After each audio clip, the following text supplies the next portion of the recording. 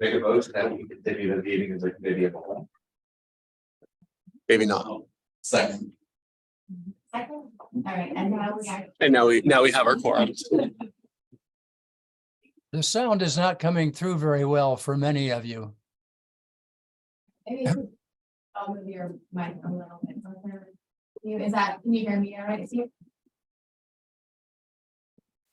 Can you hear us? Still not very clear. Yeah, we can't hear very well from the room. Yeah, some of the microphones are working. I don't know if the other ones aren't working, but maybe just double check that they're on. Yeah, mine is on. I'm very close to it. Are you still having a hard time hearing me? Yeah. Can you hear us on this one? Right?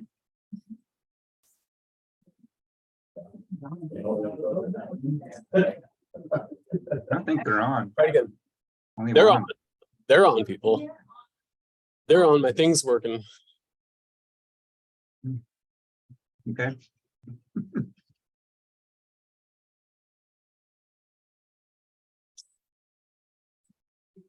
Caption. That way, if you're hearing us a little bit, but need some help making out the words, that should help when we troubleshoot.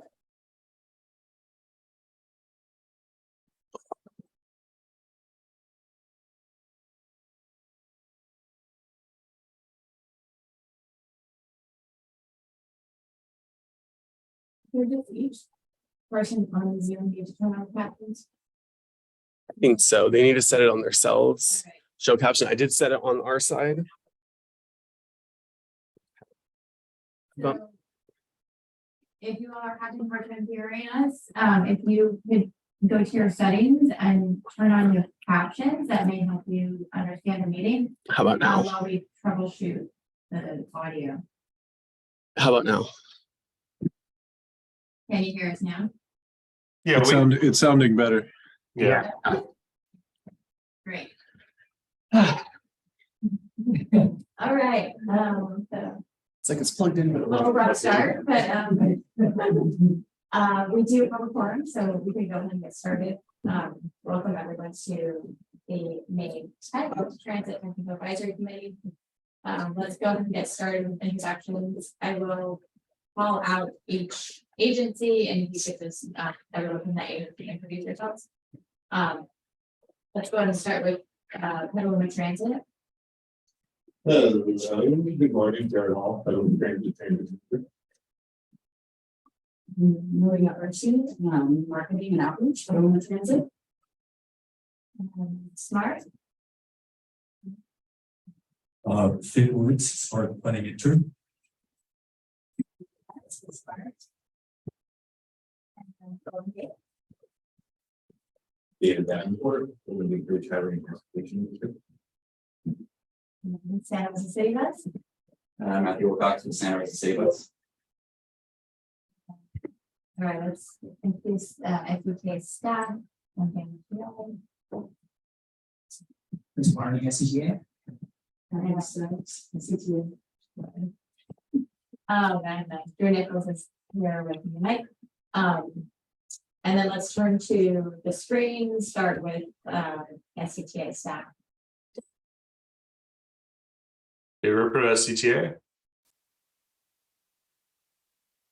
Adam Garcia, SCTA, RCPA. Ross Clendenin, SCTA, RCPA. Great, let's move to Sonoma County Transit.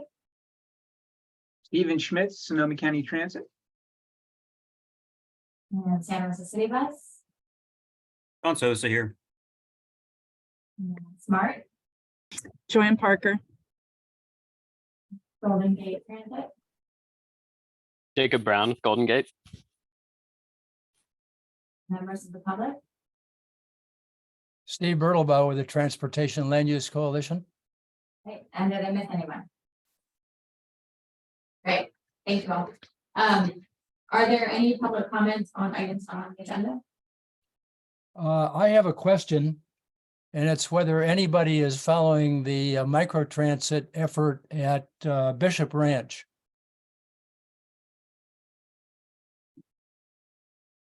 I have not been lately, but happy to hear a few words about it if you want to share something.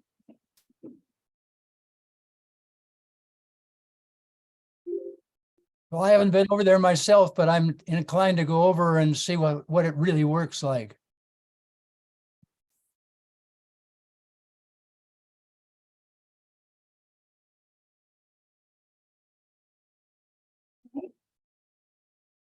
Thank you.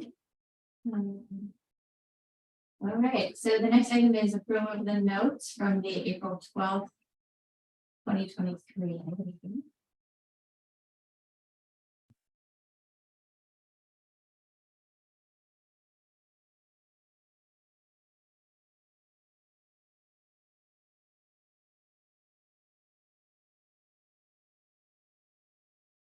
Motion to approve. Thank you. Right, next on the agenda is regional funding, and we have the quarterly report for the Transportation Development Act Article 3 and Transportation Fund for Clean Air projects. So this is just for your information. I think briefly walk through the TFCA projects were approved by our board at our meeting on Monday. And those projects will be added to the board report once the contracts are signed. I just wanted to point out that there are a few projects with funding expirations coming up at the end of June. That's a Petaluma Transit Marketing Project, Santa Rosa Trip Reduction Incentive Programs. It may just be those two that I wanted to point out. David, did you have anything else you wanted to discuss on TFCA? No, I think you covered it. Thanks, Dana. Any questions on this item? Oh, Sean. Yeah, I just want to note on that one that's going to be expiring in June. We fully intend to have all funds expended and get that thing taken care of. And just a heads up too on our other one that is on the other page, or rather the 23 SON 02 that's or 01 that's expected to be completed December of 23. We will probably be asking for an extension again in the coming months on that, just because our buses won't be completed by then. So just a heads up. Thank you.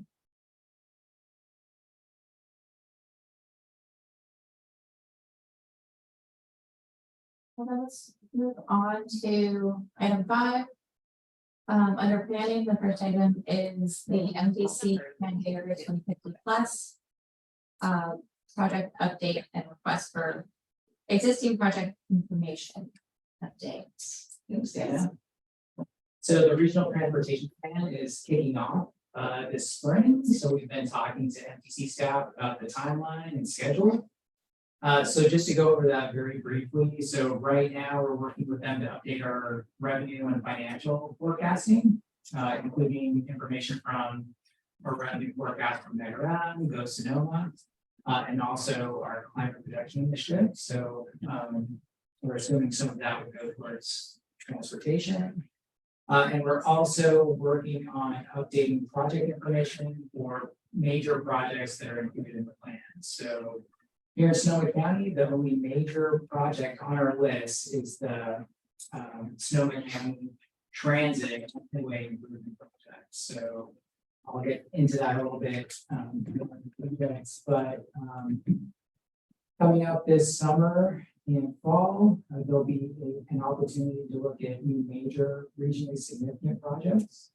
So I would say that MPC has said that they're expecting revenue to be very flat or down. So potential for new projects is probably relatively slim this go round. They'll be doing project evaluation for major projects as part of the Transit 2050 process. So that's another agenda item here that we have on the agenda coming up. This winter, there'll be opportunities to update programmatic categories for smaller projects. Next July, NBC will adopt a financially constrained project list, and then they're looking at final adoption in 2025. So they've said this is going to be a limited update. It doesn't include RENA analysis. We're planning on doing a more limited forecasting exercise, and all of the analysis they're really including as part of that transit 2050 plus process this time around. A few other concurrent activities that are going on are looking at climate adaptation projects. So there'll be a chance to identify and include those types of projects in the plan this time around.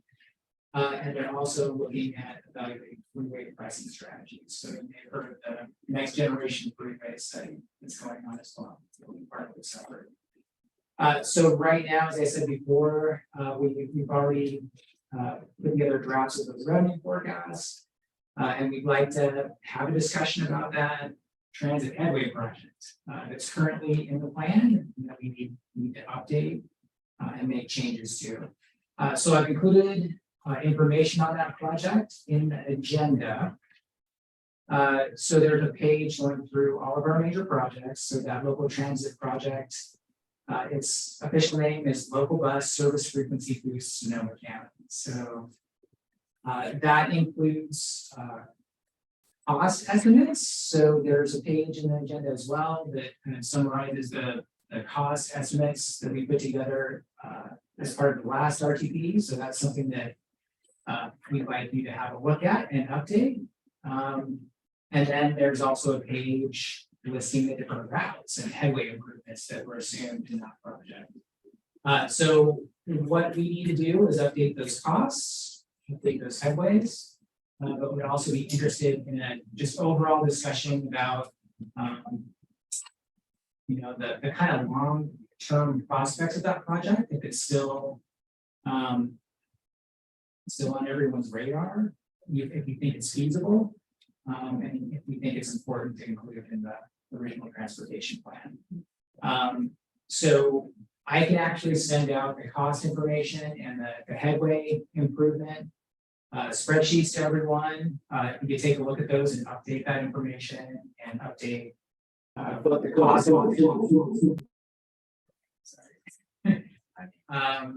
that'd be great. We need to get that updated information back to MPC by July. So with that, love to open things up to discussion. So that project that you're referring to, I don't have the packet there. Is Sonoma County Transit Pacific or is it all three bus operators? It's all bus operators. Yeah, and it includes multiple routes from the different bus operators. And it's focused on headway improvements. And the costs include capital costs, purchasing new buses. So yeah, it's on page, the cost estimates are on page 10. Agenda or allow me to share my screen. Yeah, and actual headways. Just allow me to share my There's a screen. table on page 11 as well. So it includes Sonoma County Transit, Golden Gate, Petaluma, and San Rosa City Bus. So headway improvements to all of those systems.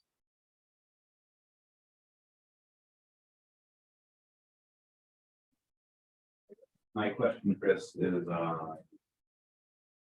will there still be this process, even though we're going to be doing transit 2050 plus, which is really the new way of handling transit planning in the planned Bay Area process?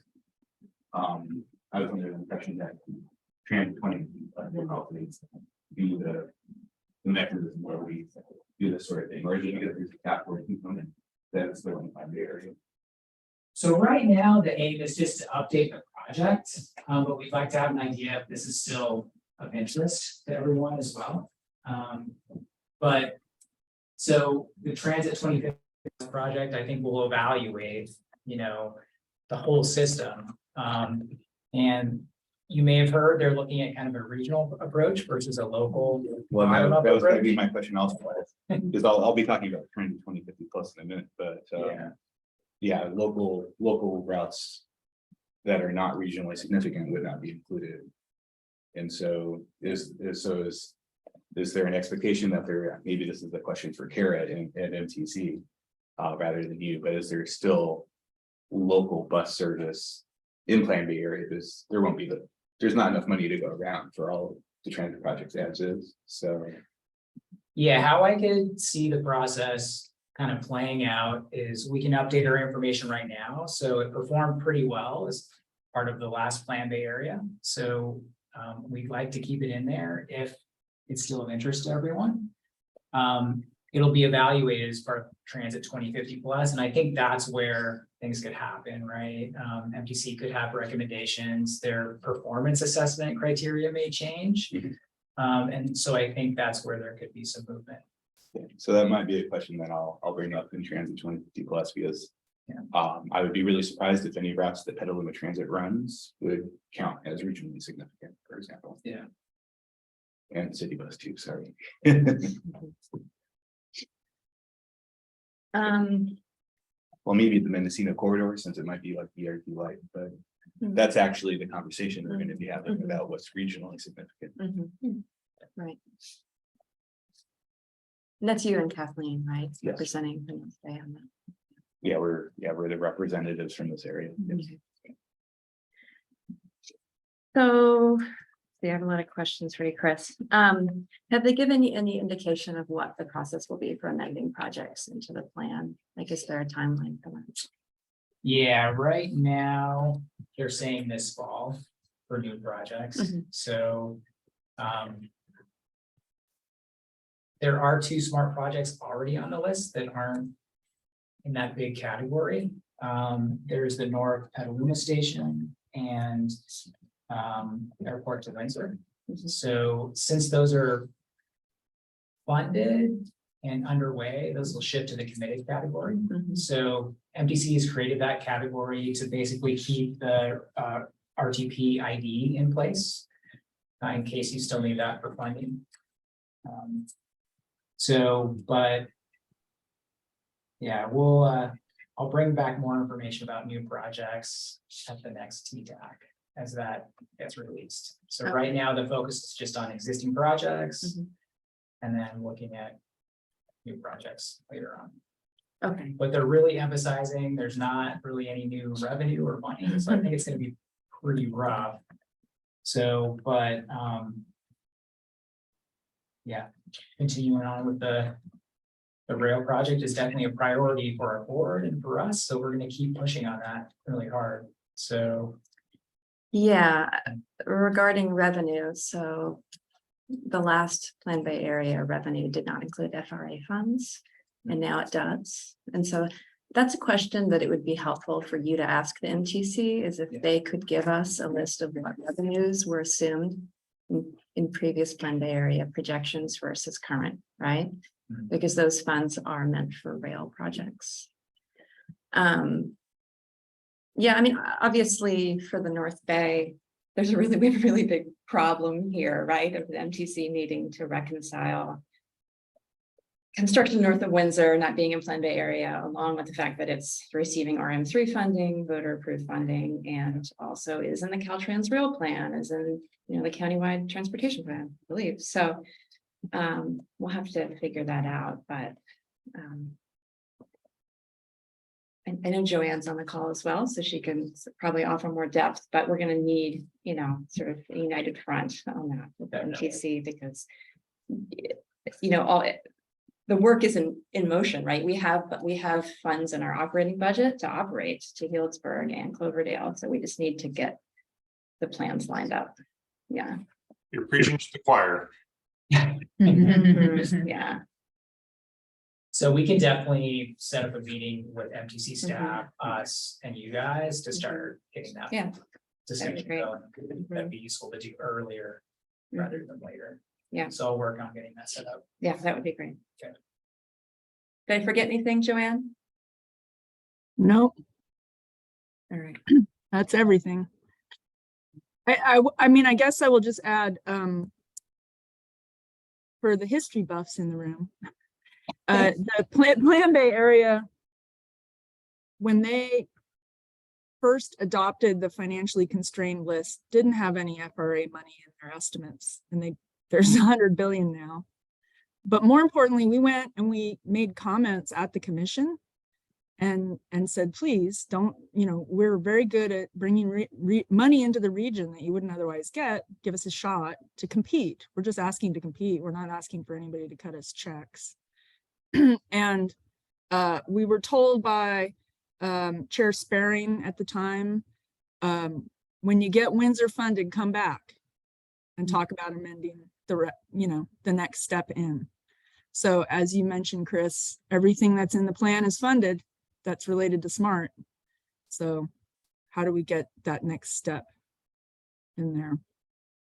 I'd also be curious on a technical side, are they going to do another tribal consultation on this update?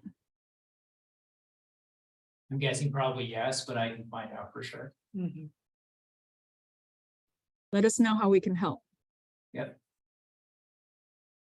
And I'll work on getting that meeting set up early.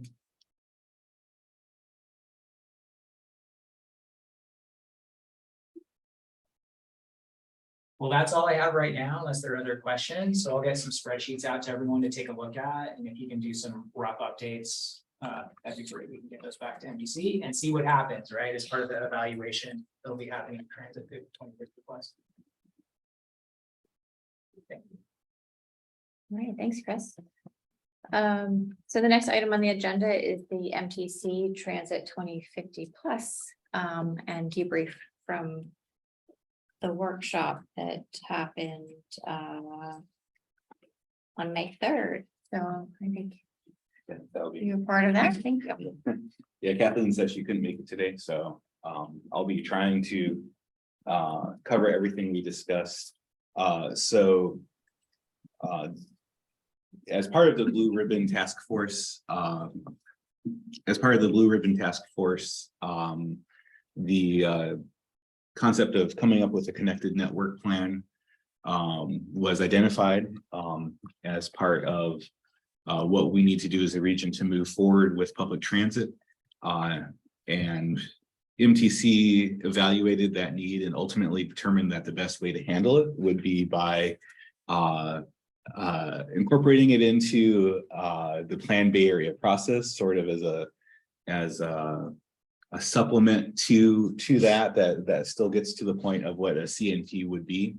And the hope is that it's sort of a linkage between what some transit operators see as their day-to-day issues and what exists in Plan Bay Area 2050, which doesn't necessarily have any linkage at all to the real world of public transit operations. And so we had our first in-person charrette or workshop last Wednesday to really sit down and work out what Transit 2050 plus needs to look like. We spent a lot of time on problem statements and business purpose, as well as some initial discussions on defining the actual network itself. This has been something we've been meeting via Zoom every 2 to 4 weeks since the beginning of the year to really sort of work this out. And AEC Transit finally hired a connected network planner that will really manage this project from the transit operators end. So his name is Andy Metz, and he is working closely with Kara, I can't pronounce her last name, at MTC. And so they're kind of co-project managers, if you will, and there's a project management team, which from the North Bay includes Kathleen from Marin Transit, me from Golden Gate, and we did recently add on a couple more small operator representatives. So we just added somebody from Napa Vine, whose name escapes me at the moment because she just joined the group.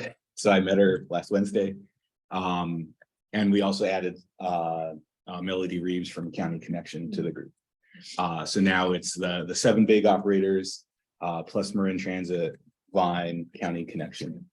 And so it's a pretty good representative population of transit operators in the Bay Area. So there's a lot of work for us to get through in the next few months because this is on a very tight timeline. And they did just finish the RFP process. And so This month, a subset of that PMT is reviewing proposals from consultants to provide the technical support to MTC to get this project done as part of the Plan Bay Area process timeline. So there's no, there are no like official final definitions or project schedule quite yet. You know, I think we'll probably end up having to do a couple more of these in-person charrettes to really get through the amount of work that's necessary to get this going. But we needed to have one before the consultant was on board. It sounds like the consultant should be on board around the start of the next fiscal year. So in a month or two, and then we'll probably dive deeply into it from there. One of the big tasks from kind of a more technical standpoint will be determining what is regionally significant in order to represent public transit in the modeling process that goes into everything. Because, you know, everybody has their list of projects that they want to do or things that they care about. But, you know, even in the somewhat aggressive financial intake approach that's being used in Plan Bay Area, it's still not enough money to fund everything that operators want to do, and it's nowhere near what advocacy groups want to have in the plan. So there's going to be a lot of work in determining what that balance of service that's represented and what can be represented in Transit 2050 in order to model projects that can actually get potentially funded, you know, in the 25 years of the study. And there's also a midterm analysis period. So there'll be kind of like a 2035 window and a 2050 window. And as a transit operator, that 2035 window is maybe a lot more meaningful to us than that 2050 window. If you're talking about big capital projects, of course, maybe not, but for day-to-day operations, which the Transit 2050 plan will incorporate, that might be more relevant. So I think that's kind of a summary of where things are at. So there'll be a lot more to discuss, you know, later this year, and then certainly next year we'll be in the deep in the analysis and everything that's required. Thank you.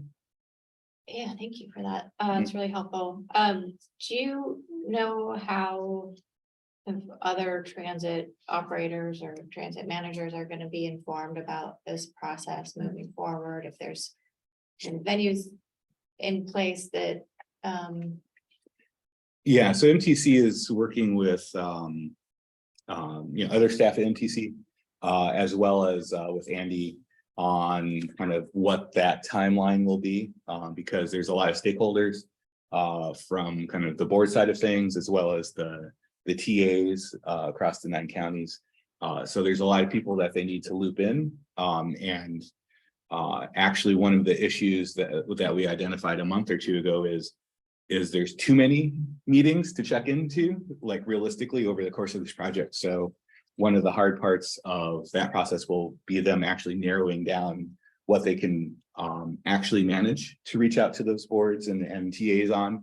Otherwise, this process will take, you know, a year or a year and a half longer than it's already scheduled to, because frankly, it was like meetings every 2 weeks for the whole course of the project once you averaged it out, which is just not feasible. So, yeah. So I don't have a final answer. I haven't seen the final schedule. that's something I've heard in general about getting information from MTC out to transit operators. There's so many meetings and it's sometimes hard to know you know, which ones you really need to go to get the information. So yeah, be interested to hear kind of how they work out the plan for disseminating information.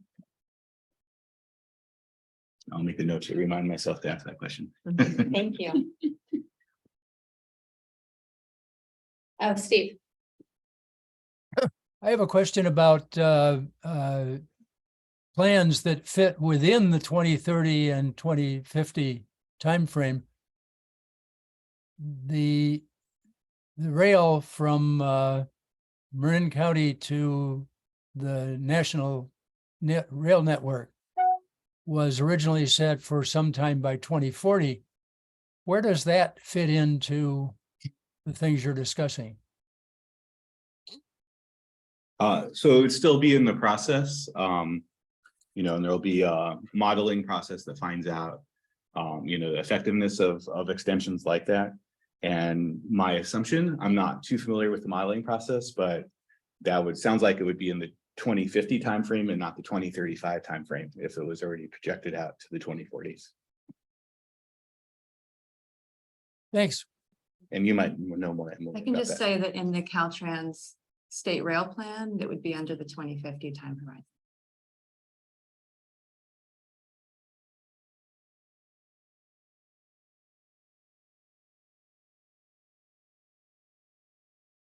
Yeah, David, I'd say thanks for that update.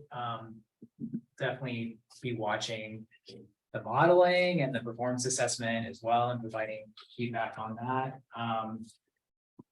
You know, there's a list of major destinations and hub types and everything in there, so we can provide some feedback on that. We have a lot of data on major destinations up here that may be missed if it's just MTC staff identifying those. So yeah, I provide think some feedback on that for sure. I think the idea with the PMT is to really help because MTC is not familiar with, especially the further you go from the core, exactly what's, you know, especially in the North Bay, you know, and then down south as well in a place like VTA service area where VTA just kind of handles everything because it's just one big county. So we're all there to provide that additional support. And then Kathleen and I can both reach out, of course, at T-TAC or otherwise, if we have any questions to float across with the other operators that aren't directly represented in PMT. Yeah, so any feedback we provide, we'll make sure and copy you. Yeah, I would send it to Kathleen and me. Okay. Yeah, a copy if it's to MTC or just directly to us if you want something, you know, if you have a question about Transit 2050 plus or, you know, where we're at with a certain like hub or route or something like that. Sounds great. Thanks. Yeah.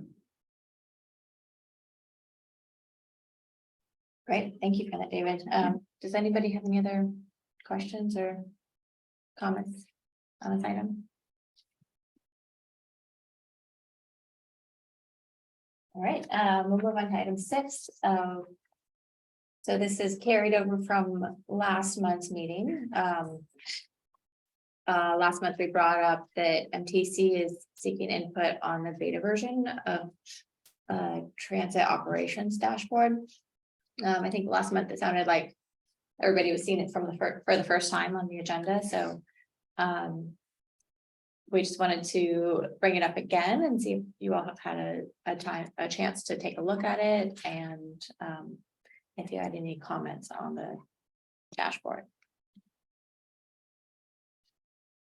I looked at it last week. Just one comment is that the data that was on there, I think was from December or January, and they've released through March. So for it to be useful, I think whoever's in charge just needs to keep it up to date. That would be my comment.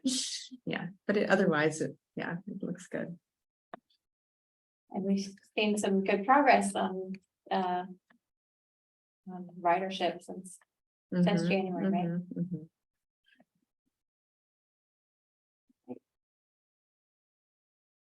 Any other comments or input on this item? All right, let's move on to transit integration updates. I'll just start off with a brief update from the local bus transit integration work.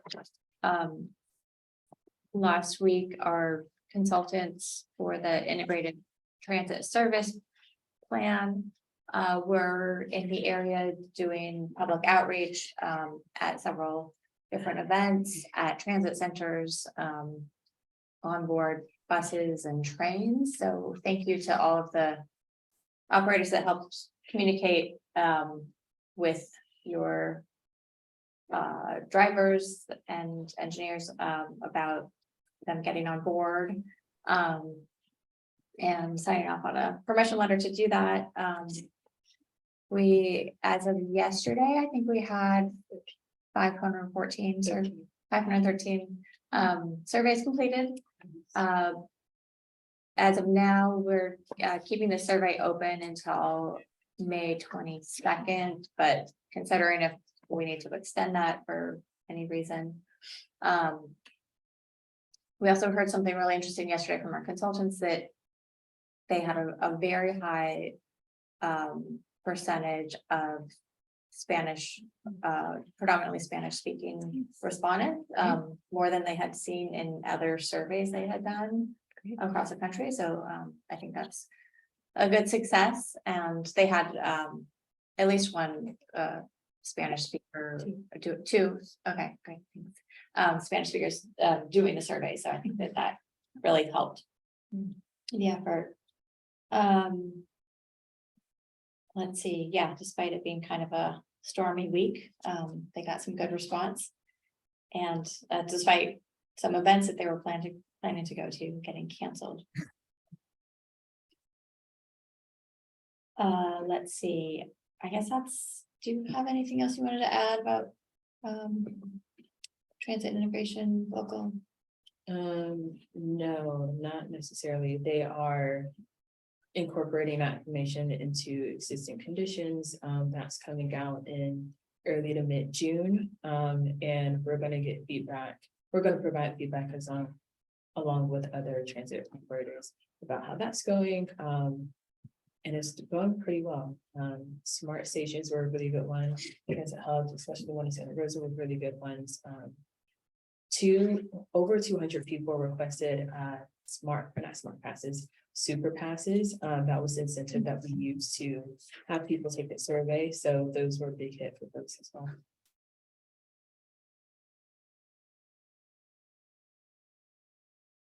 All right. So this item covers both the kind of local efforts, but also regional. So if there's anything that anybody has in mind they want to bring up about either the local effort or the MTC-led regional transit integration work, no, feel free to do so.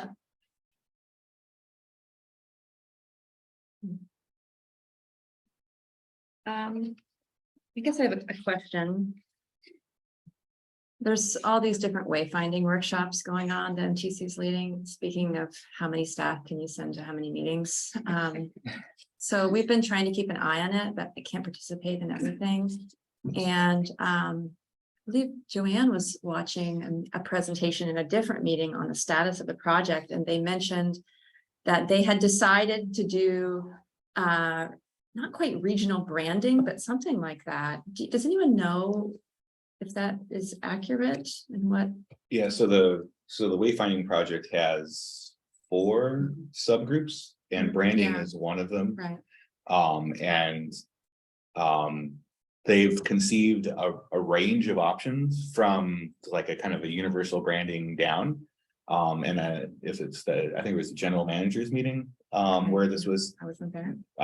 Nor was I, but yeah, where this came up. And I think there's a lot of pressure from the operators, unsurprisingly, that are basically opposed to unified branding because there's a lot of complications that come from that. And my understanding is the branding exercise, I'm in the planning subgroup, so I'm not in we have one of our marketing experts doing the branding side of things for Golden Gate, but my understanding is just it extends beyond just that kind of that regional identity. It's a lot of like universal symbols and consistency in design language and that sort of thing. So I think it's pretty clear from what I've been told from people who, have been kind of more in tune with that at a board level, that I think it's pretty clear to MTC that a single unified brand is probably a non-starter for the region, but that doesn't mean that there wouldn't be consistent design language. Okay. So there is a branding Yeah. subgroup in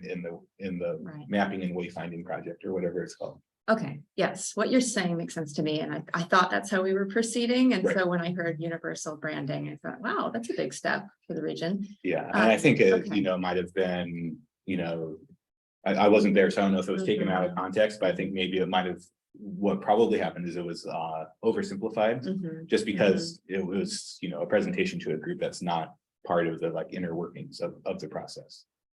It seems like the work that's being done with the bus operators up here to simplify, unify, I'm not sure what's happening with the branding. We'll need to have a close, tie with whatever's happening at the region. Right, and I know city, at least at the last charrette I was at, there was people from City Bus there.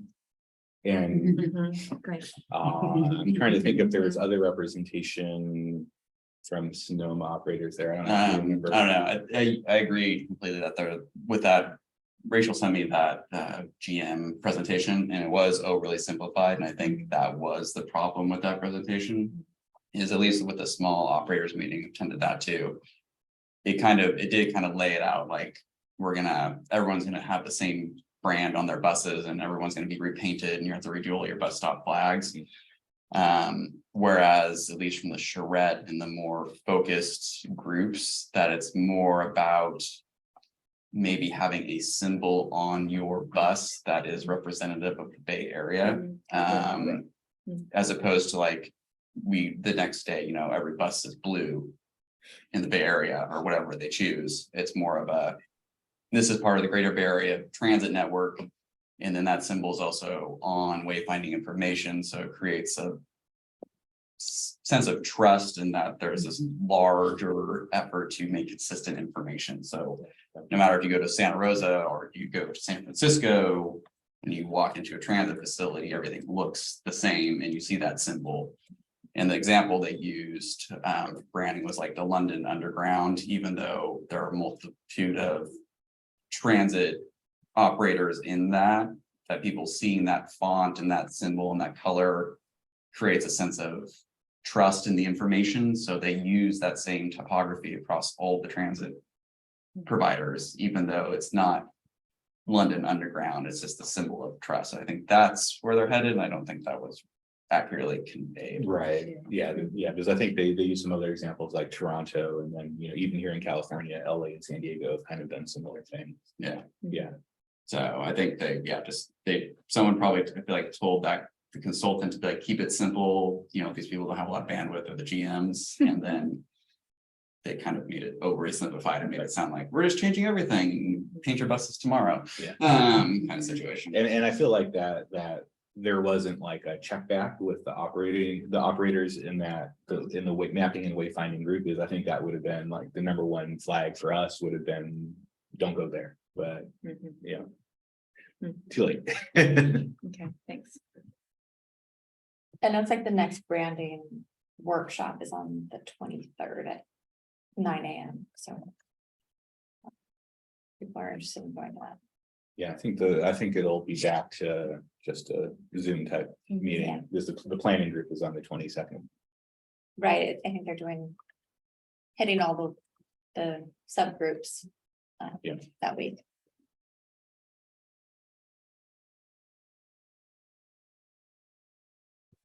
All right, anything else on transit integration?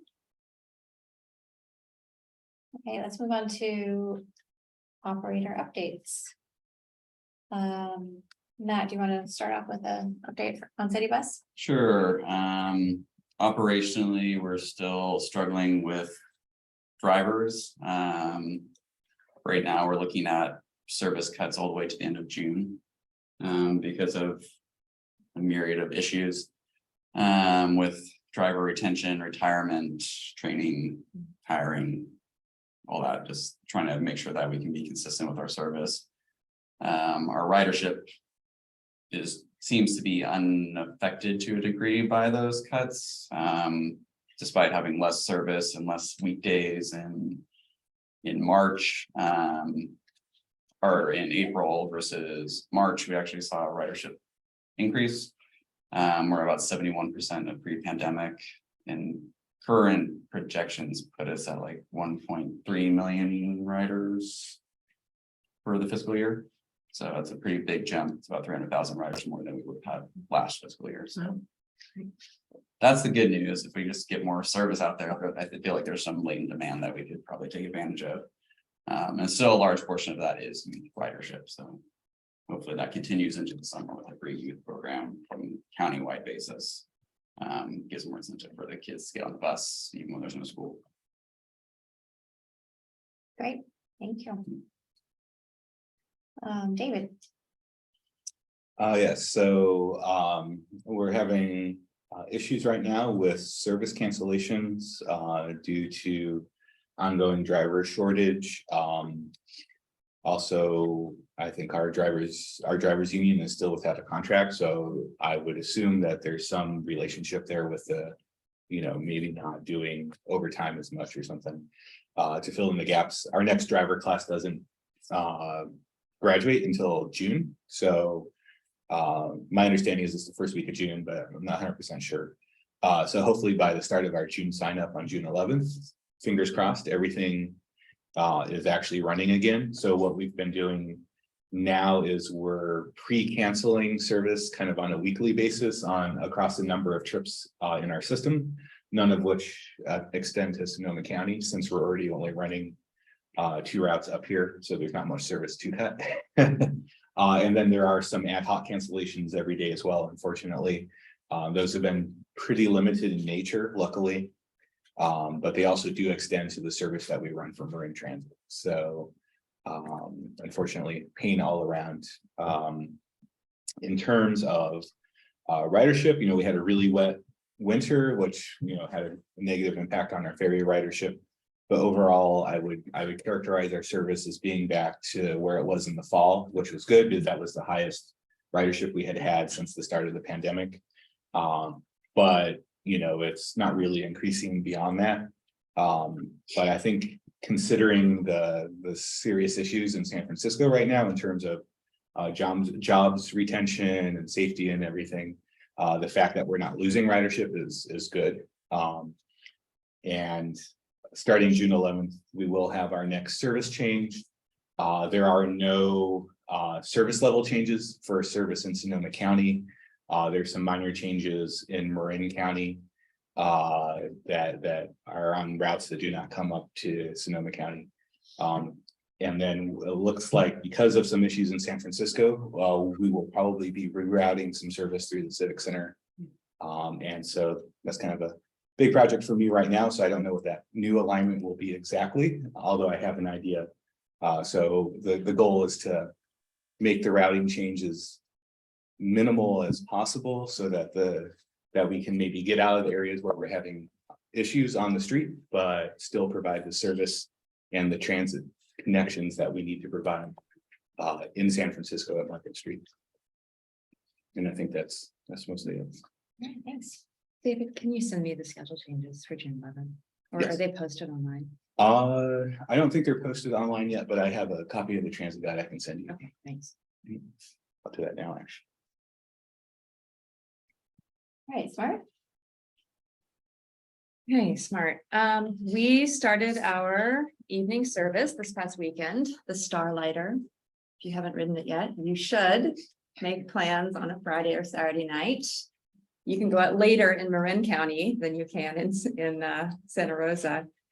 I was trying to stay awake late enough to watch the ridership live over the weekend. 10 people got on or something in Petaluma at 10 o'clock at night. These people are still up and awake.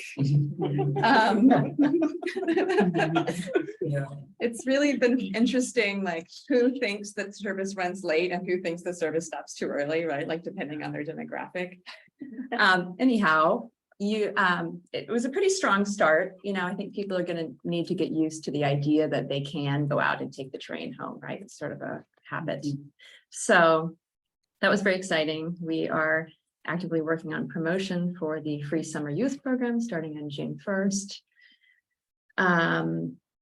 Julia has created a great website on the Smart page that has links to all the agencies participating and to different destinations in the different towns along the corridor that kids can go to help parents figure out what to do with their children. We are starting our new microtransit shuttle at the airport station on Monday, June 12th. And we're having a ribbon cutting on that Friday, the 16th. So I'm sure that you will see some announcements about that, but it's exciting to have a date set. Ridership's been very strong. Anything else I could share? That's it. Zoe, am I forgetting anything? She's tuning in. Hi, I'm here. Well, indirectly related, we have initiated our wayfinding planning effort for the pathway. Yeah. So more to come on that. Yeah. And you have a consultant working on the wayfinding effort? We do. We have Tool on board. Great. Joanne? The California Transportation Commission is going to, this is for David's sake, has on their agenda on May 17th and 18th, some new money for the smart pathway between Santa Rosa North and Airport to construct in 2025. So that's good news. Yeah, we saw that 6 million on the agenda, Joanne, and it's great news.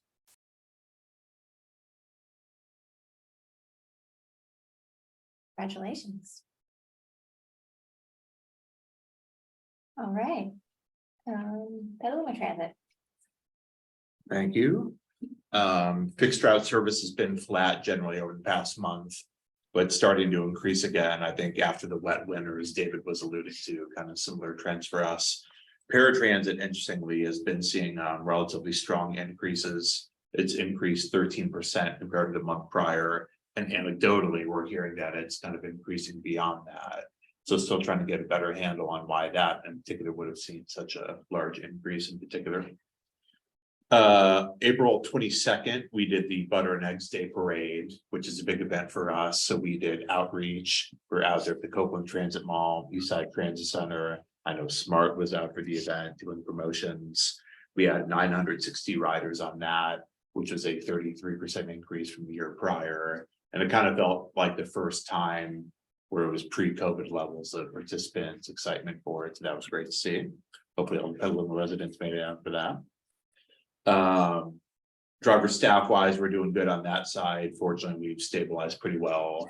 So we were in the mode where we're missing a lot of trips for a while. Fortunately, we've been doing better over the past month on that side.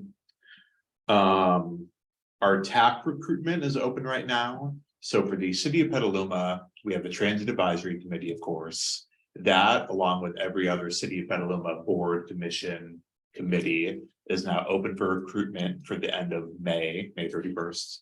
And we have 4 seats on the transit committee. So we encourage the public to apply for that. It'd be great to have people putting in their applications.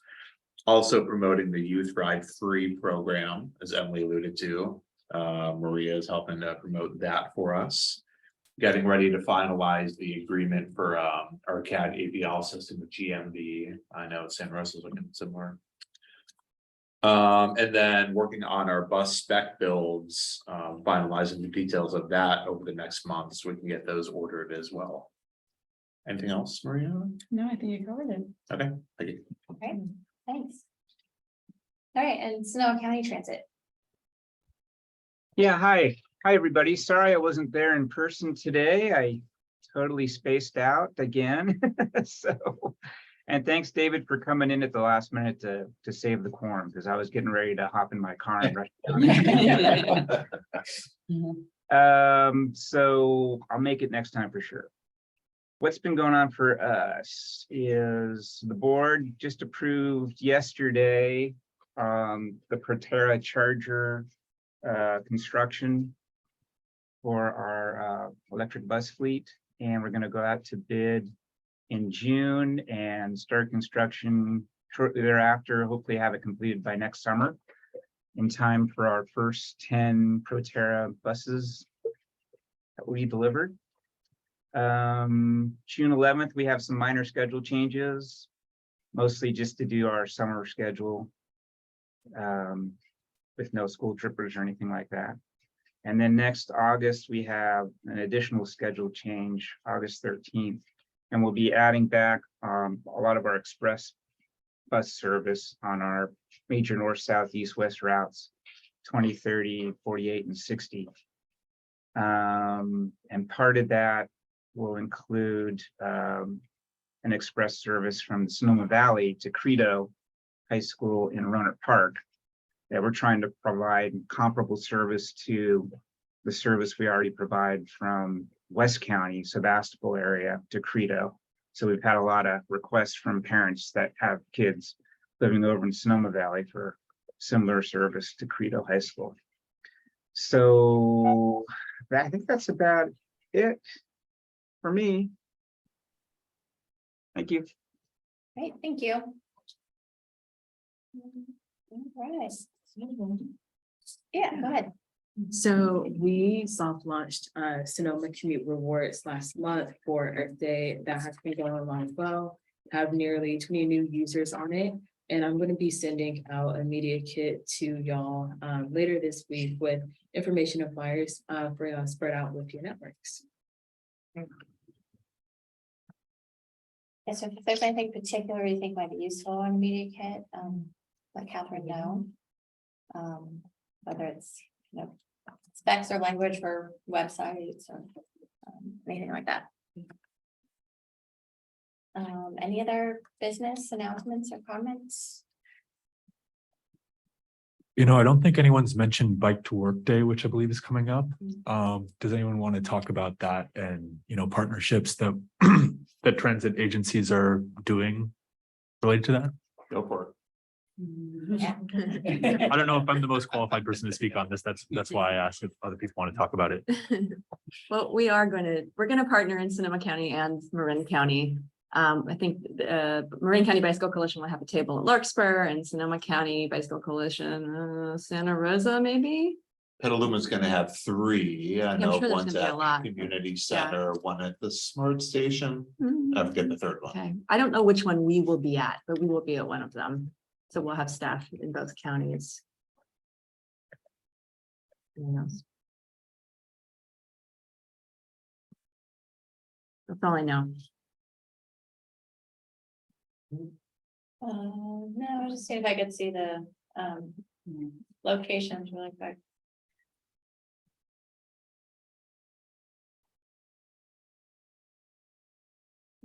Okay, maybe it's gonna take too long to pull up, but I know there's gonna be an energizing station at Prince Memorial Greenway in Santa Rosa, YMCA. I'm not sure about. I have the map here. You do, okay. Yeah.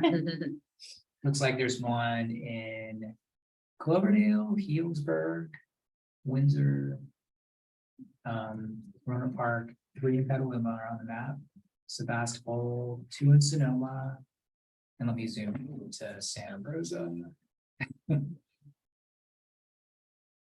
All right, I'm zoomed in now. I do see one at the Smart Station, the Railroad Square. In Santa Rosa as I well. think that's probably it.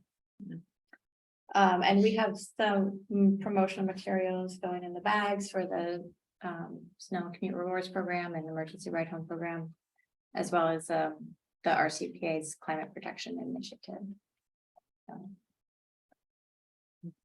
Yeah. Yeah, we'd like to get some info for that program for our employees so we can promote it, whether you have paper or electronic. Yeah, so that'll be part of the media kit. Yeah. So, yeah. And then is Smart, are you sponsoring the one at the San Rafael Smart Station, the Bike to Work station? No, we'll Is be at that- Larkspur, and I honestly don't know what our sort of financial involvement is. We'll have staff there, but I don't know if we're sponsoring it. Okay, I was curious because we used to have a station at the Larkspur Ferry Terminal, but Mhm. I think there's gonna be a station up on the bridge or by the Smart Station in Mhm. Larkspur, so I don't think we're doing one this year. Mhm. You know, we have bike counters up and down the pathway, and in terms of the number of people, that's by far our highest count is right there, just north of the Smart Station at Larkspur. So it's I think it's a good spot to catch people. Yeah, definitely.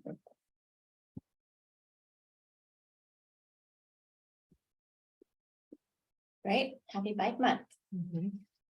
Any other announcements? All right, thank you all.